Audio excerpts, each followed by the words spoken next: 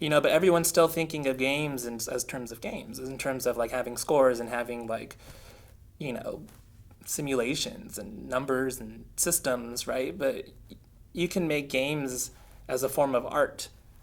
We think about an artist and they record an album and release some singles, and the experience is a couple minutes long. And people have no problem like going on iTunes and paying $1 for a song that's for a couple minutes. So why not make a game that's for a couple minutes and just do something really like whatever you want. And that way you can make something like that in the course of a week, a month. Instead of spending 3, 4 years working on one game, which is like killer, and then if it doesn't sell, then you're screwed. So it's just this like escalation, and like why would someone want to spend 3 years of their life making a game that's going to take 40 hours to beat and expecting people to then take 40 hours of their lives to play through that? Why can't I just take a week, make something really cool for you, and you can experience it in a minute and transaction, and then you're happy? Like, that was cool, that was interesting. Okay, you want more? Okay, well, I will make more stuff, and then you can give me more money.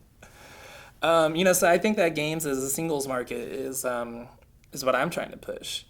I think that there's so much room to explore there because people say, oh, well, you can't have like this walking video game because what do you do? You just walk around, and it's just like, okay, well, one, I think you can have that, and two, like, you do one thing in the game and that's it, and then it's over. People, well, why can't you do like go make that game then? So I think that there's so much room, and in the same way that you can have people who are singer-songwriters who are recording songs.